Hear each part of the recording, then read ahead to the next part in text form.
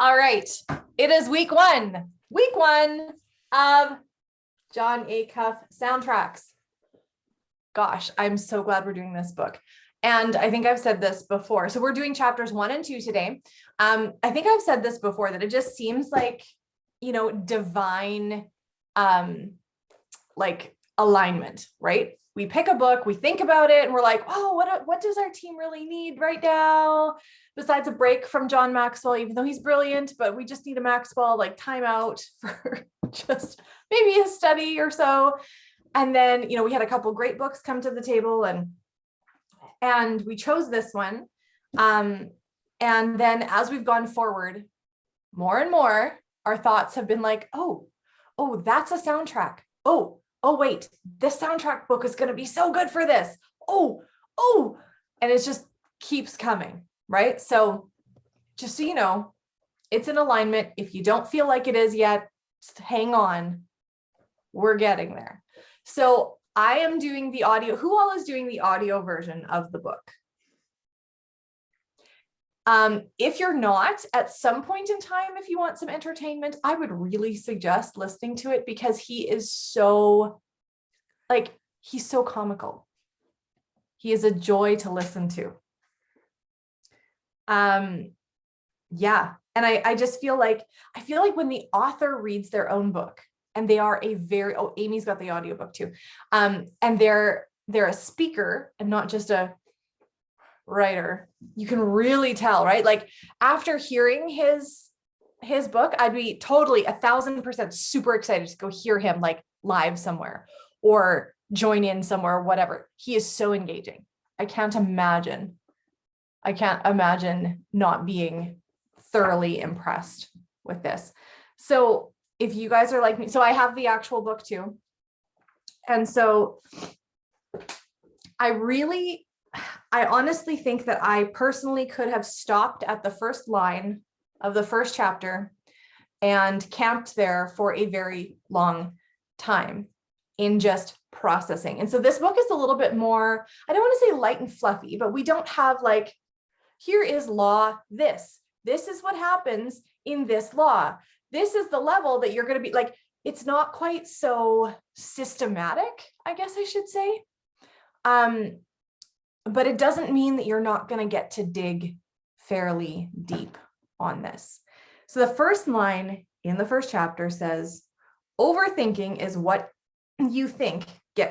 what you think gets in the way of what you want. And I feel like we could do a whole study just simply on that sentence, just that piece right there. Can you guys think of any time in your lives when overthinking has become a stumbling block for you in something you were trying to accomplish?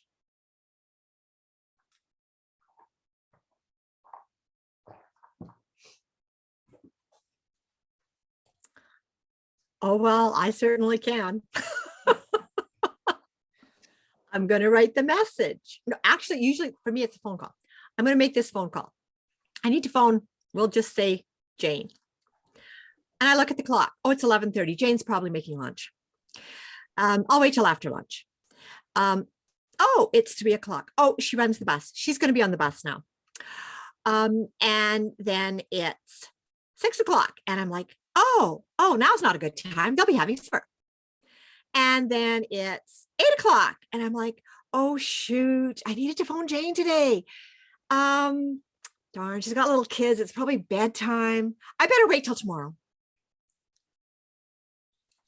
Yep. Yep. A week later, I still haven't phoned Jane. Yes, that's fantastic.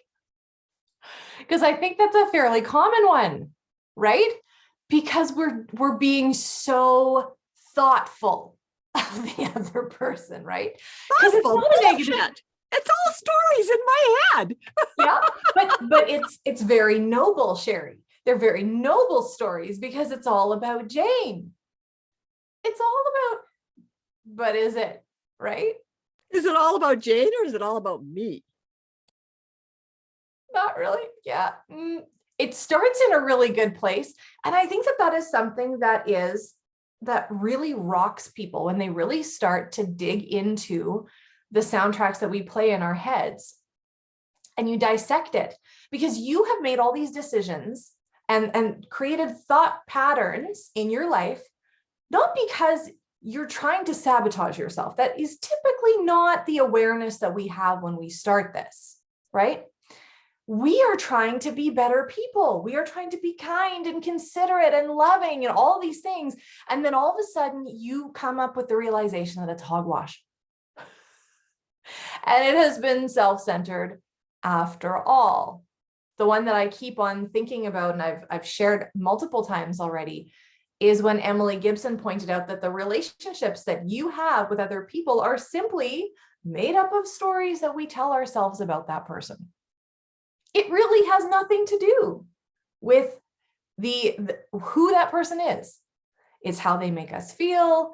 It's the stories that we tell ourselves around that person, and it's all egocentric. It's all us. It's all about us. Ugh. And you know what? Sometimes it's okay. It can be 50-50. But when you have a problem with somebody, that's when you start to have to walk that back and be like, is this an actual problem? Like, does the person have a substance abuse problem and therefore they are creating a negative space with me? Or is this a problem I have created in my mind because this person hasn't lived up to the bar that I have set for them, with them completely not knowing? So crazy. Does anybody else have a for instance, on overthinking in their lives?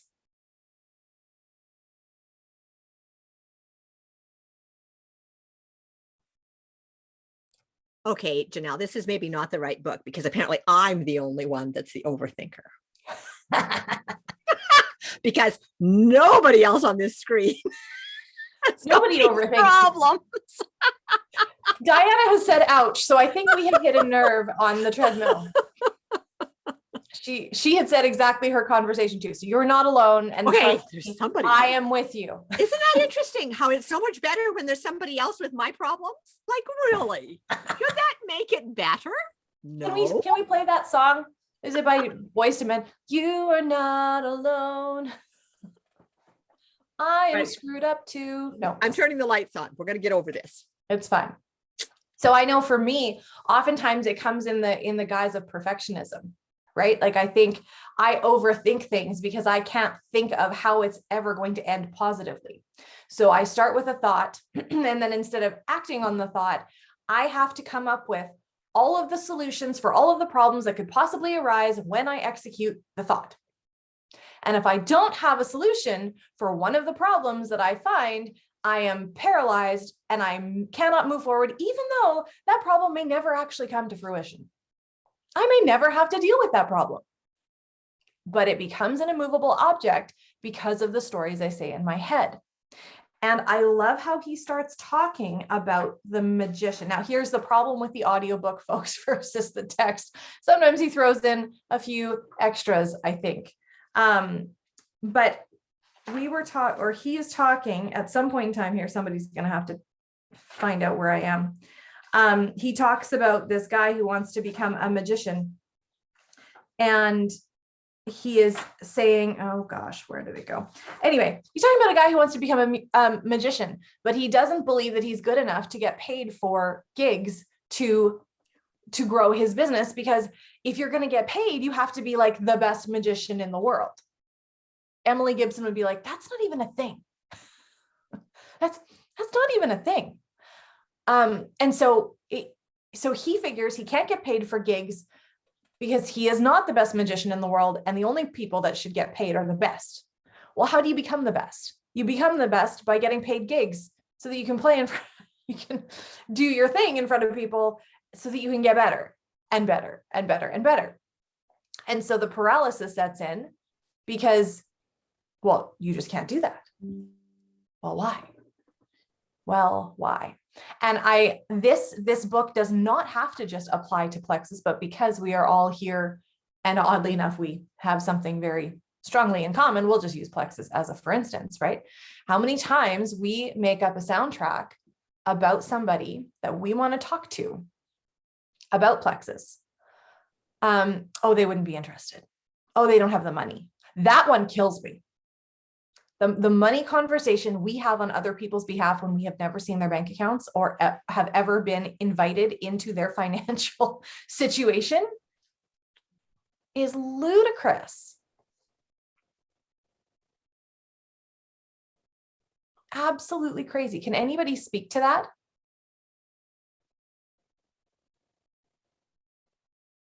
Sharon isn't allowed to speak because it is what, like 7:30 at your time? No, it's 8:30 or almost 8:15 at your time. And her brain is still waking up. So we're just going to let her like marinate and she's going to wake up as she comes. But anybody else? I've got something. Great. Not turn on the camera though, because Saturday. it's Saturday. Actually, I will. You can see me in the raw. You're stunning. Thank you. Beautiful. I was just having that conversation in my head this morning, which was funny because I have a colleague at work who really has been struggling with health and has for a few years. And she always feels bad. She's one of our TAs. And so she always feels bad when she has to take time off work. But my conversation in my head has always been, well, she's a TA, so she probably doesn't have the money. She has a horse, and that's her love. And I know that she puts a lot of money into her horse because that's her passion. So that's my conversation in my head about why I have not even said anything to her yet. But yet I know that she needs these products. So yeah, I'm convicted. I feel like if we know anybody who has a passion for horses, they are the first people you should give the business to because horses are expensive. Mm-hmm. And those people are crazy. They will spend all of their money on their horses. Yeah. Yeah. So a message will go out to her this week. Isn't that awesome? So I would challenge you, Trisha, because these soundtracks like Sherry's, please beware of Sherry's initial soundtrack that she shared. Oh, I'm not going to send the message right now because, right? Ooh, that one can be so strong. I just want to refer to something, and I'm actually looking at a digital copy of the book, so my page numbers are totally messed up. Just saying. But on the first page, he says, even if we're very deliberate in other areas of our lives, we tend to treat our thought life as something we have no control over. Right. And I think that's really the first basic of this, because so many times I hear people refer to their thoughts as if,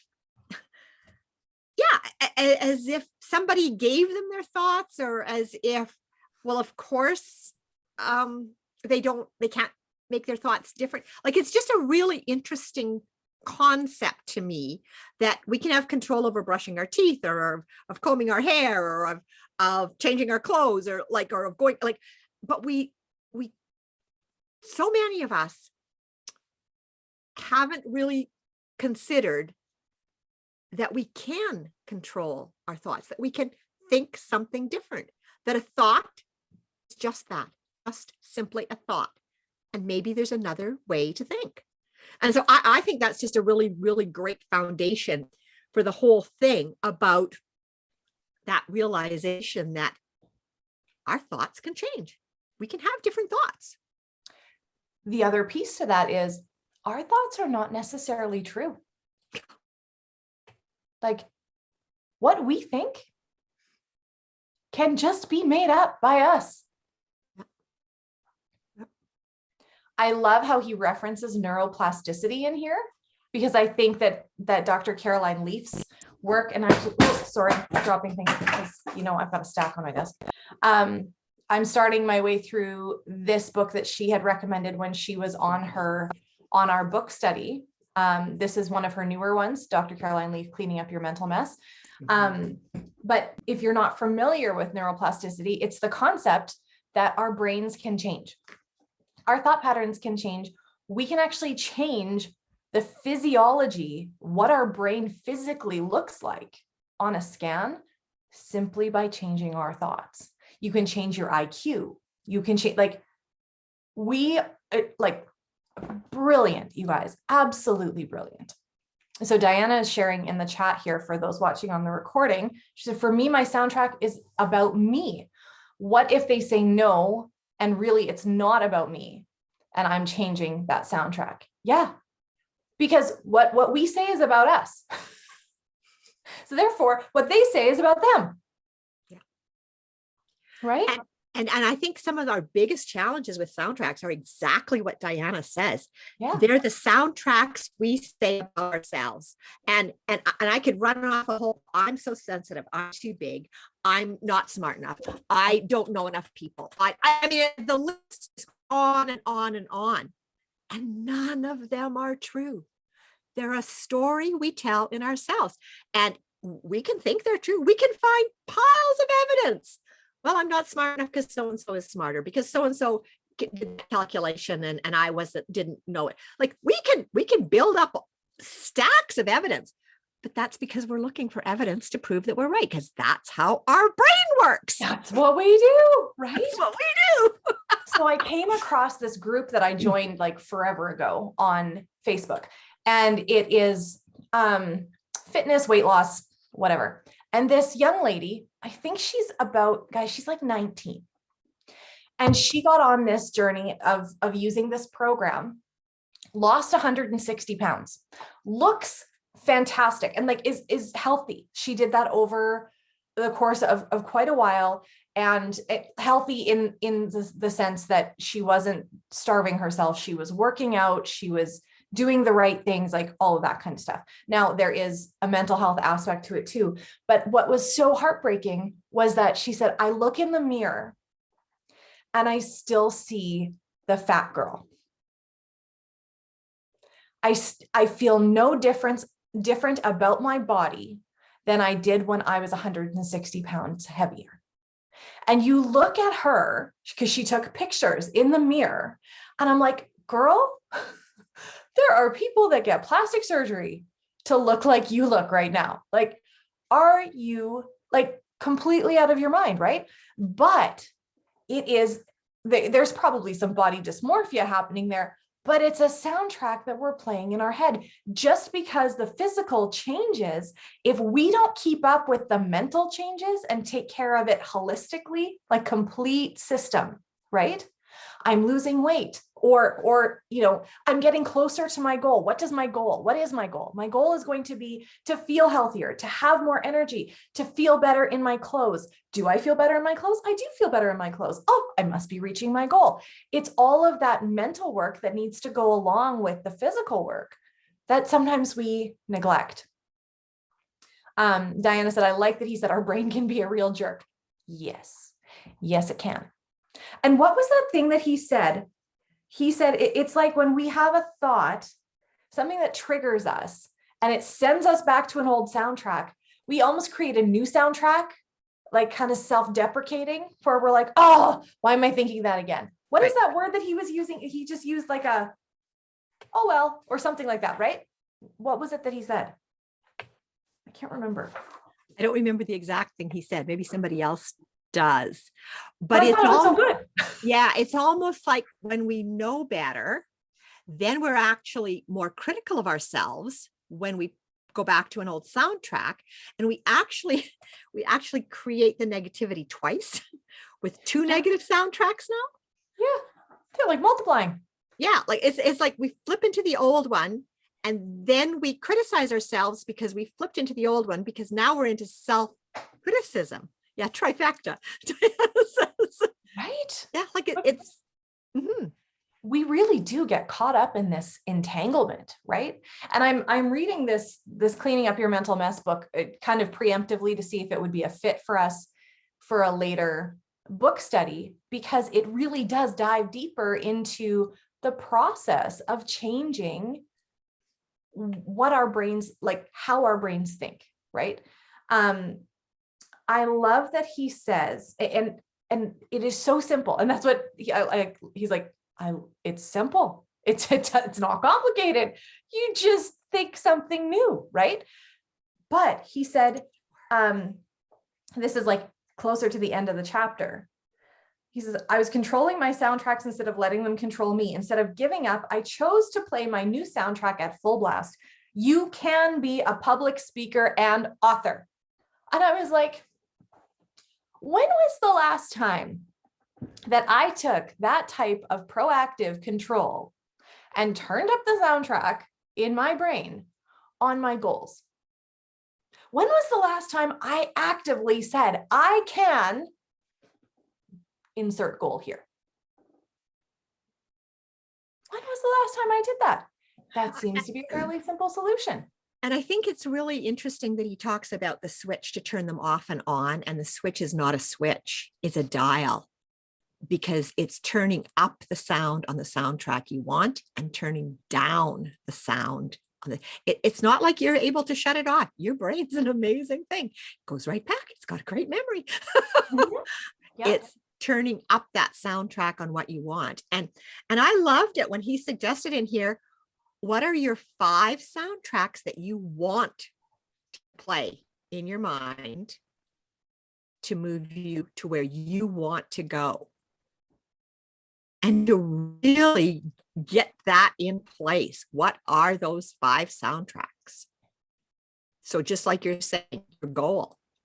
When was the last time your soundtrack, full volume goal in your thoughts?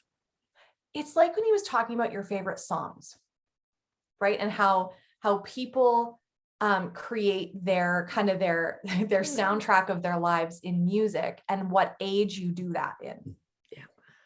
Did anybody think of a song when he was talking about that? Did anybody have a, I would be really interested because music is my thing. Did you guys think of a song that was like something that's part of the fiber of your life? Like, this would be a song for me. Sherry.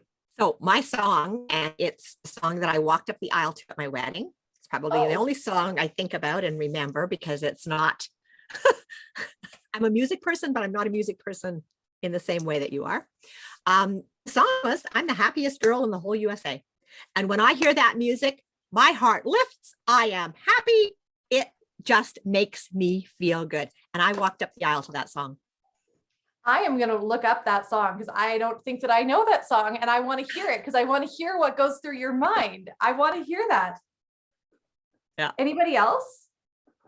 I wish I would have had a more meaningful song. So actually, the one I walked up the aisle to was relatively meaningful, but that's fantastic. Anyone else?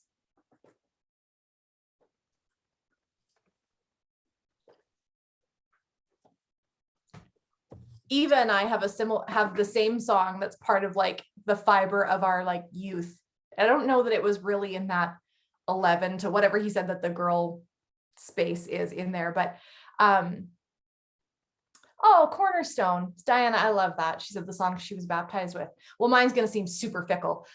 So mine is the song I Want You by Savage Garden, because I remember when he started talking about like memorizing lyrics to something. If you know that song at all, the words go by super, super fast. And it was something that I like dedicated an entire summer to, back when like you would have to tape something on the radio and listen to it, or you actually had to go to a store and buy a CD that was going to cost you like $30. And back then $30 was a lot of money for a CD.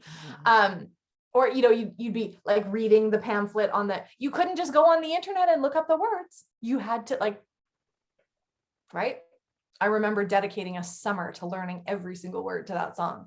And so even now, you know, when we're riding in a car, and I've got so many memories of that song, like riding with the top down with my friend's Mustang, and she and I driving to a choir concert, right? Like, it's a piece of me. Not that the words are that meaningful. That's not it. It's the feeling that song gives you. The other thing that I want to talk about is we can't lie to our brains. So this is some of that underlying work that you need to do in your belief in yourself. Because if I'm going to tell myself I can be the next Prime Minister of Canada, there's some work I need to do in belief. There's probably some work I need to do in reality, and maybe some work I need to do on the campaign trail. But I'm not going to believe that as much as something that I'm already doing the work to go towards. Does that make sense? That's why sometimes affirmations don't hold with us, is that you can affirm all day long something, but if your brain, every time you say it, is like, yeah, about that, you don't actually believe that, right? It's like telling somebody who has a poor self-image just to tell themselves that they're beautiful every day. You're like, yeah, but. And so doing that underneath work, like, why am I beautiful? Why, right? What makes me, like, what are the aspects that make me, right? You know, I'm sure that Linda can look in the mirror every day and say, I am going to be a diamond. I can be a diamond with plexus. And did you see her face when you said it? Because her brain dismissed it instantly. Mm-hmm. Isn't that interesting? I love that you're here and that you let us use because she faithfully turns her camera on and she knows she's gonna get, yeah. It's those things, right? So for Linda to say that to herself every day and then dismiss it like 0.4 seconds later, it's not going to be helpful. In fact, I would actually say that it'll do the opposite. It'll probably start to mount disbelief in what you're telling yourself. And then you don't trust yourself because you're lying to yourself. And then it just goes in this whole cycle, right? So how do we find that balance between tweaking a soundtrack that is going to put you in the right direction and not actually lying to ourselves? Anybody have any thoughts on that?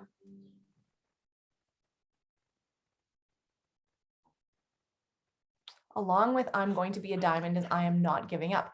You're right. So Trisha makes a really good point there because she's not just sitting with that big picture thought. She's starting to dissect it, right? So what parts of I'm going to be a diamond, like what is that going to take? Well, I'm not giving up. Okay. So what does that mean? It means I'm going to send that message as soon as I get off the call today, instead of putting it off until Monday morning. Trisha, I'm not calling you out on the message. I'm just saying that's an example, right? What else? How can we changing the soundtrack to putting us forward, but still being truthful to ourselves? And I think sometimes we have to use words then that are less, what I put, intense. Mm-hmm. Maybe like, but I could be a diamond one day. Or maybe it's, but the next step toward being a diamond, or the first step on the jewel steps of being a diamond, is emerald. So I can see emerald in my future. Or maybe we move back down to wherever we're at, to wherever our brain can accept that it's a possibility. Yes, Trisha, opening the mindset and becoming curious about, so then if maybe the steps include being a ruby, then what would it look like to be a ruby? And what would I need to do to be a ruby? And do I have the behaviors of someone who is a ruby? What do those look like? Do I have the thought processes of a ruby? Or do I have a thought process of a silver?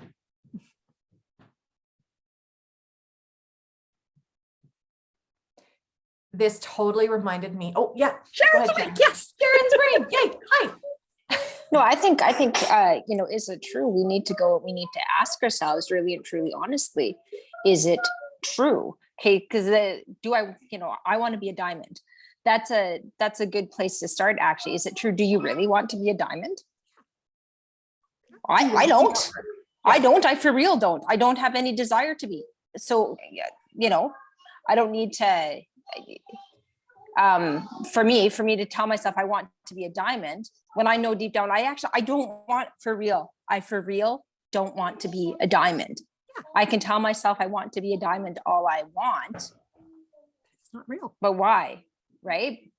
Whereas I think sometimes the danger is we try to tell ourselves things because we think that other people want us to be those things or want us to tell us those things.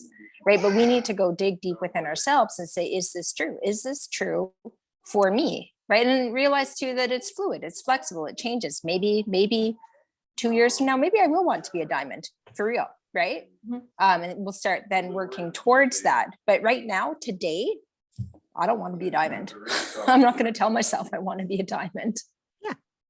Sharon, Right? that's very wise. That's very wise. Yeah. And you said something that kind of alluded to something in that one of the reasons that I think people feel so let down or they feel so down on themselves in their businesses is because they aren't that realistic, right? What you're saying is very realistic, right?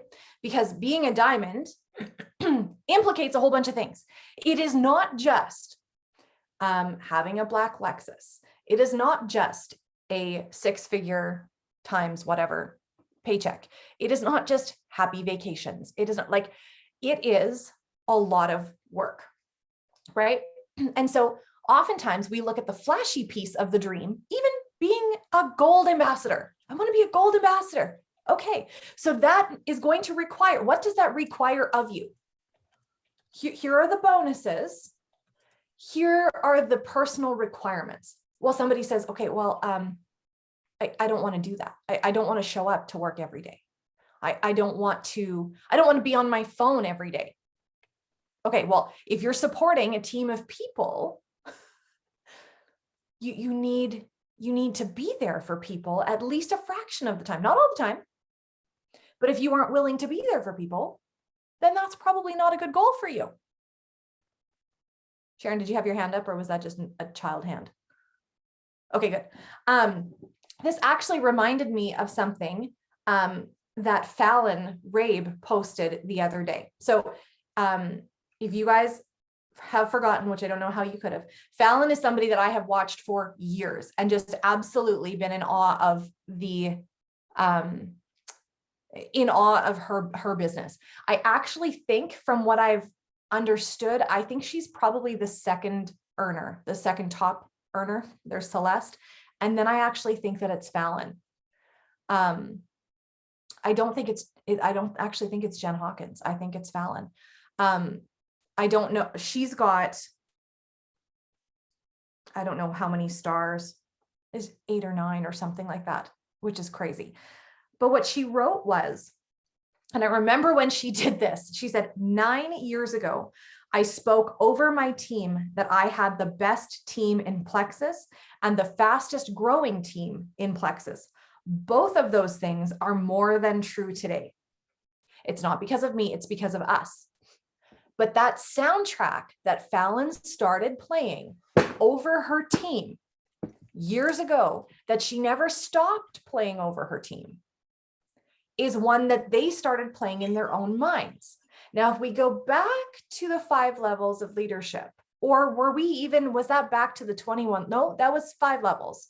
If we go back to the 5 levels of leadership and we talk about the point where he was talking about Sherry, Kate, help me. Sorry, so many things. Was that the Plexus Book Club or was that 5 levels where we were talking about what is it that people will remember you saying? If they had to quote you, what would be, it's 5 levels. Okay. I'm like, we've been so many places. I remember that we were at Cheryl's and we were driving in a car and I'm pretty sure the only thing we did that day was 5 levels. But that is a soundtrack that Fallon started playing. And I will bet you that if you asked some of her downline, what is it that Fallon always says? That would be one of the things that she always says. We have the fastest growing team in Plexus. And back then it wasn't true. Like I remember listening to a video. She's like, Cody and I were sitting by our pools and I was a Ruby or I was a senior Ruby or whatever, and we were doing our businesses, and I would say we had the fastest growing team in Plexus. She's like, it wasn't true then, but we injected that soundtrack because that's what we wanted to hear. And so they did believe it. Like, that's a difference, right? That's a difference. They actually chose to believe that. And I think we can choose to believe things, right? But it has to be, it's not by accident. It's an on purpose thing. 3 actions to change your thoughts from a super problem into a superpower. Retire your broken soundtracks, replace them with new ones, repeat them until they're as automatic as the old ones, like Amy had put in the chat. Retire, replace, repeat. That's it. I don't know what your dream is. It's probably different than mine, but I do know one thing: overthinking is getting in the way. It's time to do something about that. Aren't you glad we can actually do something about it? If you were simply looking at this business as being the thing that you're overthinking about, let me put you at ease a little bit. There's no one over top of you crippling you. There is no managerial position above you that somebody needs to kick the bucket before you can take their position. There's no ceiling on where you are right now, other than your overthinking. Now, I mean, if you're not overthinking and you're not thinking at all, maybe it's a lack of thinking, but I really think that that's not most of our problems. I think most of us have the overthinking problem, not the lack of thinking problem. So that goes straight into the choice is yours. The choice is absolutely yours to change those soundtracks.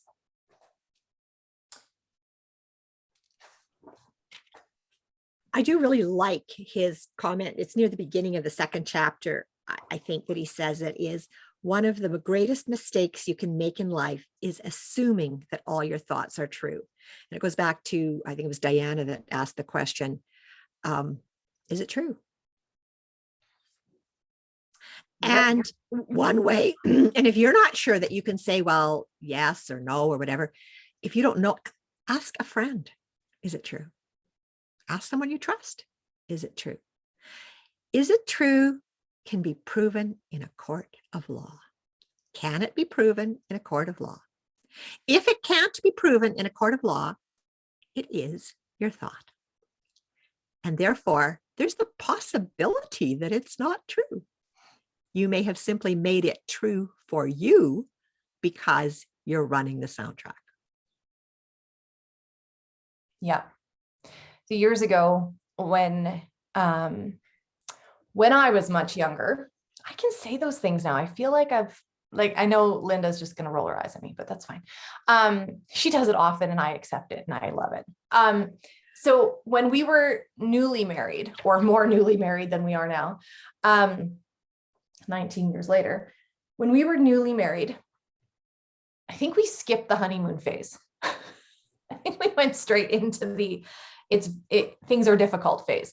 And after living for a few years in a lot of turmoil for us, I came up with this idea of saying, because when you're young and things are changing and all of those things, you do create soundtracks in your head about your spouse. Has anyone ever done that? Have you ever created a soundtrack about your spouse, right? So I came up with this thing, and it used to drive Nolan crazy. And I think it probably still does. But we would be arguing, and I would say, who am I? Who am I? Who do you know that I am? Am I deceitful? Am I underhanded? Am I all of these things? Or am I the person you married? Am I someone who speaks truth? Am I someone who cares deeply about you? Am I someone who would never do something purposefully to hurt you? Who are you choosing that I am? Because if you're choosing that I am this person, the first person, then yeah, all of those thoughts that you have are true. But if you know who I am, if I know who you are, then I cannot believe the things I'm thinking about you. I cannot believe that you would purposefully do this to hurt me. How many times have we assumed that our spouse has done something purposefully to hurt us? You left your socks on the floor purposefully to tick me off, right? I actually had a conversation with my daughter this morning. She, bless her, has a little bit of ADHD, just like her mama. It's genetic. And she needed a Band-Aid. She took the box of stuff off of the top of the fridge where the Band-Aids are, put the box on the counter, took the Band-Aid out, unwrapped the Band-Aid, left the wrapping 2.5 feet from the garbage on the counter, and then left all of that and went into the other room to watch a television show. Now, I am supposed to be wiser than my 13-year-old, and I'm supposed to not be triggered by the actions of my children. But that is not so, folks. That is just simply not so. So I said to her, I said, Lauren, now I've named my child, Lauren, because she is my kid, like she is my mirror. She is me. Mini Janelle, do you know what this says to me? Because I spent a lot of time last night playing soundtracks in my head, cleaning up the kitchen by myself. Has anyone ever played soundtracks in their head, cleaning up the kitchen by themselves? Those are nasty soundtracks. Nasty. So I did that. I was very self-righteous. I cleaned up the kitchen.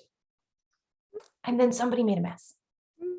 But I chose education and love. I said to her, so you did this morning? Yes, I did. Okay. So I want to tell you what this says to me. When you unwrap a Band-Aid or you leave garbage on a completely clean counter that you know that I have spent time, if you think about it, you know that I spent time cleaning last night. I did not ask you to help me. You know what that tells me? Mom, I don't value you. And she looked at me and said, that's not what you believe, is it? She goes, no. And I said, But when we don't think about other people in our space, we give them weird messages, don't we? She's like, yeah. I'm like, how can a Band-Aid wrapper devalue your mother? She's like, I don't know. And by this time she's like, my mom's lost her mind. Dad, can you come downstairs? Right? I didn't lose my brain at her, but and my parenting methods are sometimes a little bit less conventional, but I choose to use these opportunities to try to educate them and be like, hey, when you leave crap on the counter, it does not just mean that you're messy. Sometimes it means that you don't value the other person's work. So maybe if you think about it that way, you'll remember, because I know that she just totally forgot. Like, she didn't do it on purpose. She didn't make a mess to tick somebody off. She didn't make a mess to do any of those things. But is her spouse going to think the same things if she's ever sharing a room with somebody, like roommating with somebody who isn't her sister? Is she going to do that? Right? Trish says, I find those kitchen grumblings have diminished since Plexus. I agree. They aren't gone, but they aren't as strong. Yes. Indeed. I find for myself, I have to let it go. I have to just let it go. And as hard as that is, because I am like you, Janelle, don't leave stuff on my kitchen counter. Don't do it. And I've got one spot where I say to Cam, because I don't have children at home anymore, this is your spot. Put whatever you want here, but don't leave it on the kitchen counter. That's awesome. I think probably part of my sore spot is that I'm not neat and tidy. So if I'm going to get my brain together to tidy something, people better notice and they better respect it. No, that's Actually, the soundtrack that we play in our minds. I just want to comment on Diana's because that's a perfect example of boundaries. Yes. And boundaries are not about other people. Boundaries are about us.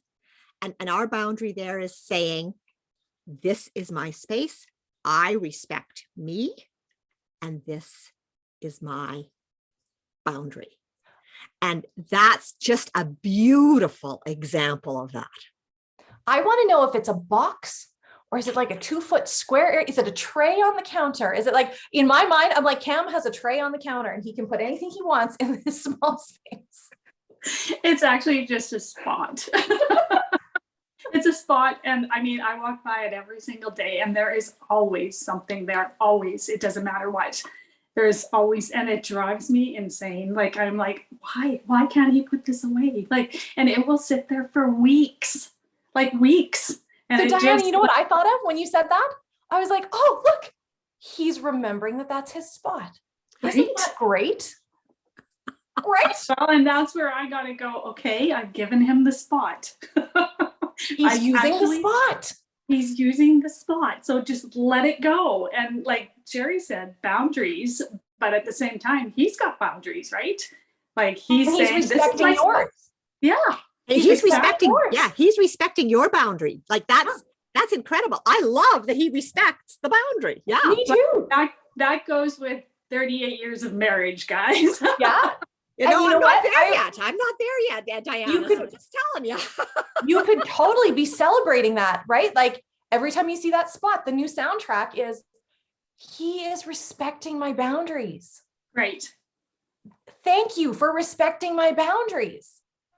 Right? I love that. Cam is going to love us. Oh my God. He already does, guys. We love him too. We love him too. Yeah. So as an aside with my whole story, I'm like, I know that the Band-Aid wrapper on the counter does not mean I have less value. I know that, right? There's all of those, the replays, right? But man, I think that the soundtracks surrounding our families are maybe some of the hardest ones to break. Because that's where, I mean, people with teenagers, you watch, like Amy's breathing. Yeah, I feel you.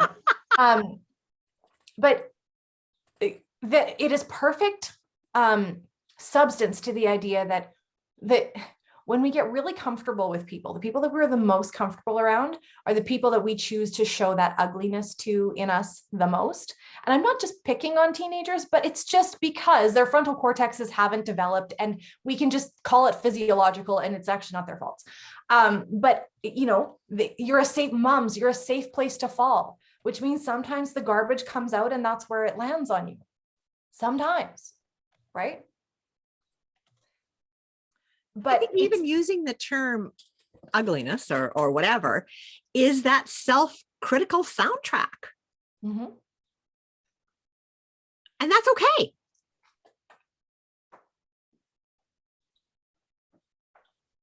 Just in general, I think the biggest thing is we're not aware of those soundtracks. Well, that's what I'm saying. Like we let our guards down with our families. Yep. Because we're comfortable with them. And then all of a sudden, if we start paying attention, we're like, ooh, where'd that come from? That's been playing in the background for a really long time. I did not notice that white noise, but that's been playing for years. Self-awareness is everything. I agree, Chelsea. I'll be completely honest, in the last little while, like last 6 months or so, I have become keenly aware of some soundtracks that were playing in my mind that I had no idea I was listening to. No clue. They weren't even conscious thoughts anymore because they were laid in cement way back. Way, way, way back. Still affecting every day. Completely not aware. So I really liked his questions, and I know we're kind of moving toward the end of our time, but I just wanted to sort of reaffirm that question about is it true and how you can analyze it. But even if you get to a point where you think, well, there's definitely truth in it, whether it's 100% true or not, I don't know. But then asking that next question, is it helpful? Because even though we may be able to find proof that there's some truth in it, if we ask that next question about, is it helpful? It helps us to evaluate whether or not a new replaced soundtrack would provide us with more value in where we want to go in our lives. And then the other part of that third question, is it kind? And to me, that's like, would I say this to my best friend? Would I say this to my daughter? Would I Would I say want- this to somebody I care about? Would I want that soundtrack playing in my kid's head? Yeah. Yeah. I wish I'd known these things when I was a mom of younger than teenagers. My daughters, who are not all here today, but one is, will know that I was a slow learner on soundtracks. I definitely laid some soundtracks in for them that are not helpful. I remember, I don't know where I heard those 3 questions initially, because it's not new to this book. It's something that I remember reading when my kids were young. And it was something that I had taught them earlier with speaking words to each other, right? Kids and words. Ugh. You give them vocabulary and then they go and use it all willy-nilly. And it's so difficult, right? He hurt my feelings. Yeah, he did. Is it true? Is it kind? Is it helpful? If it's a no, don't choose to dwell on it. Yeah, those things come up and nag on you later, but you can say, you know what, is that true? Is it kind? Is it helpful? No. Okay, I'm going to choose not to dwell on that. It's not true. Oh, Tricia said we teach it to our students. That's so good. It's such a good vetting tool, right? Amy? And would you say it to a friend? Like, Mhm. you know, what you're thinking? Like you might say it to the person you love, like your spouse or your child. But think about, would you say it to your best friend or, you know, an acquaintance? Probably not. Mhm. I love how he said there's no room for shame in the suitcase. I want Amy. to go back Yeah. to the soundtracks and those conversations. I found it fascinating that he talked about those memories change over time. Yes. Isn't that Even the fascinating? ones that are like real and true, right? There's evidence proven in a court of law, but we remember them differently in the past. So that 8th grade incident with the boy hurt feelings is physically different than what you remember it now. That you have shaded it and shaded it and shifted it. And if you asked if that event even happened, Right? who knows if it even happened now? That And actually I'm scared like, me. It totally happened. Like it Right? happened. I could prove that in a court of law, but maybe it didn't really even happen. Maybe I've shifted it so much that it didn't even happen. To me, that's a little scary, right? Because you're sure that it's true. And it's not just true, it's like gospel truth because you were there. And it laid fibers in your being, right? Past experiences shape who we become. And then to realize that maybe it didn't even happen, or it didn't happen the way that we felt it happened, or maybe it didn't even happen at all, is like, what? Well, I think we're going to get into this a lot more because he provides some examples where people wrote what happened. And then when they went back a few years later, they said, well, that's not how it was. And I don't know why I lied then. Right? Whoa. I know. I'm like, ooh, this gives evidence for keeping a diary to sort of keep yourself in line. Right? Can I share something? Yes, please. I don't know if you guys already talked about this because I've been kind of in and out with all the craziness of car rides and crazy. But something that I talked about that I thought was so profound was using, you know, basically him seeing, oh, I perform well in a stressful environment, in a stressful situation. And then it switched in his brain to, I only function well when I'm in a stressful situation. And so then he kept creating stressful situations in order to perform. And this makes me think of Magic Week. And Yep. this makes, you know, people think, okay, I only really work hard during Magic Week because then the fire's really under my butt, and then I just really go to town. And it's just really not helpful to only do, you know, your business really only 1 week a month. and you're giving yourself a lot of stress unnecessarily, but it's kind of putting in negative, and the way that he paired it with having a negative consequence being the driving force to his effort. So like him not ending up in that dead end job, like again, he didn't, that was his big motivation, was that I want to end up in a dead end job. And that being the looming thing in the back of his mind was so stressful, and he was a really irritated, awful person constantly. And it made me think like, wow, we need to, instead of it being like the negative thing that pushes us forward, it should be like what we know we're going towards, and being so excited about what we're heading towards that becomes our reward for what we're doing. And so we get excited about the reward, and that drives us more than trying to avoid pain.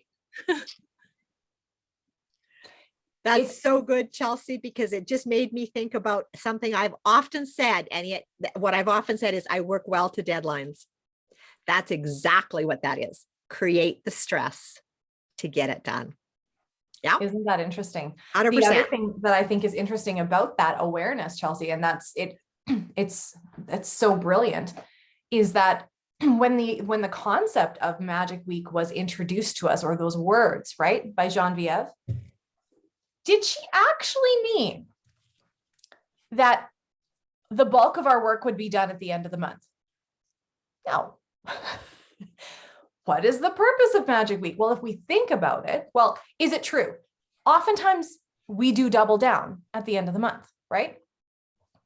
But the purpose of it was supposed to be, you're going to be consistently working at the beginning of the month, the middle of the month, and then the end of the month.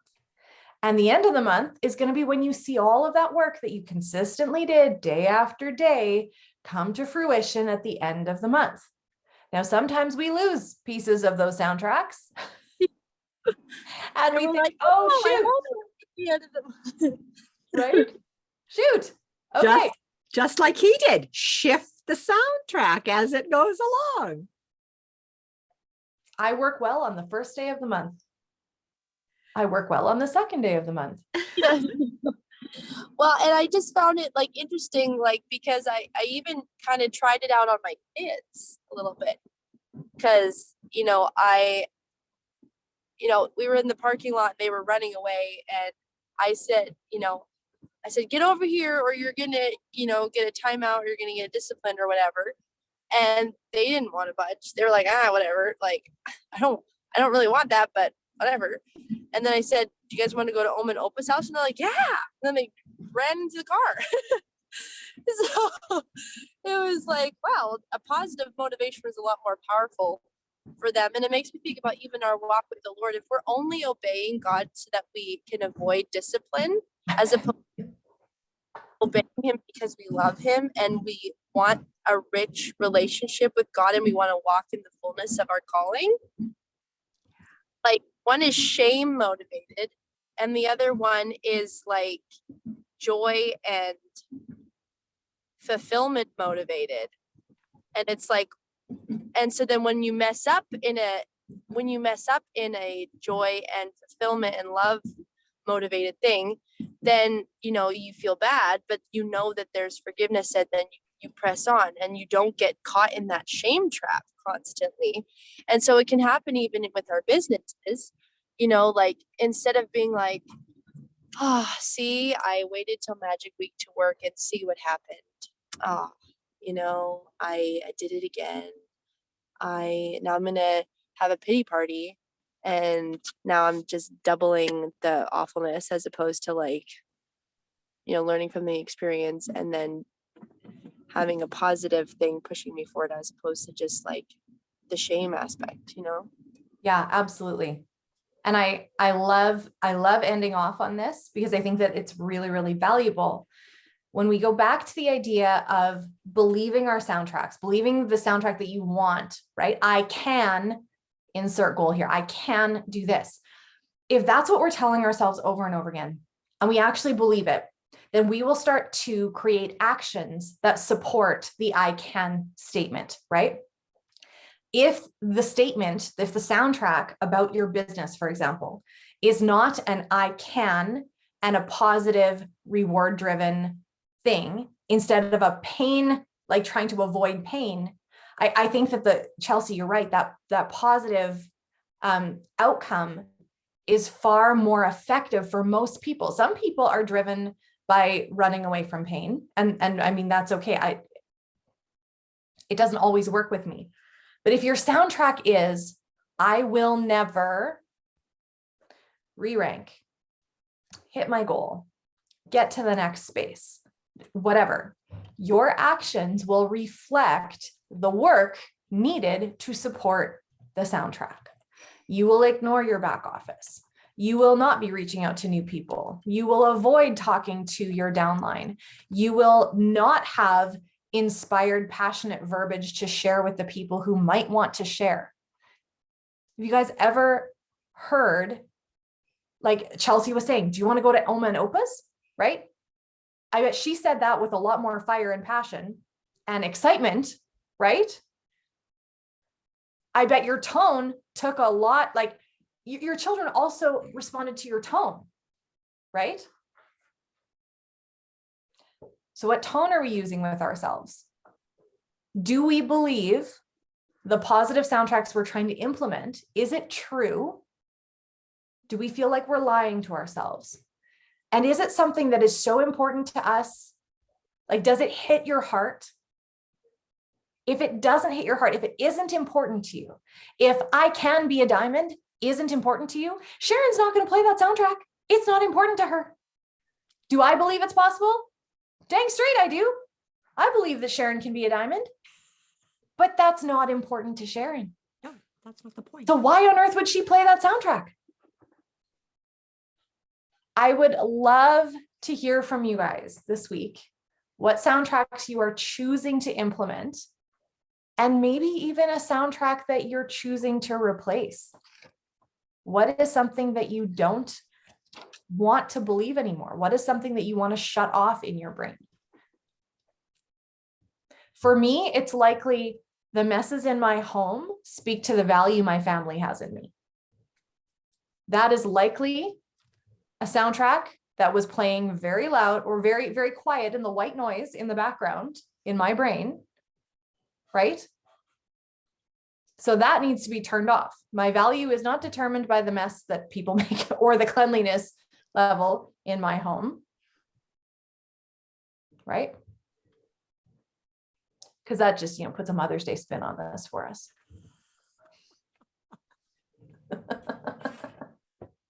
Anyway, yes, and Sherry just had put in the comments, Chelsea, so much time spent thinking about what you don't want. Yes. So I hope you guys are already enjoying this book. I am. I'm loving it. We're going to try to do 2 chapters a week. I think that this actually worked really well. And like I said to Sherry, I'm pretty sure that we are going to spend more time talking about the impact of the content on us than necessarily the actual content line by line. Yeah. So yeah, I'll be interested to hear from you guys what you experienced this next week as we meet again next week at the same time. So yeah, please come prepared to share and maybe use that as a piece in your mind. Like, oh, is this something I could share? Because I want to input a soundtrack for you. The things you experience are not just for you. They're to lift other people. Your experiences will add to the experience of everyone else. And that's why we have community. And that's why this is so valuable. So for 2 of us just to do most of the talking is not near as valuable as if we have holistic content from everyone. Amen. Amen. All right. Have a great week, guys. Happy Saturday. And off we go. Please remember, NFR shipping 1 cent ends on the 8th. Tell your people. Tell all the people. All right. Bye, guys.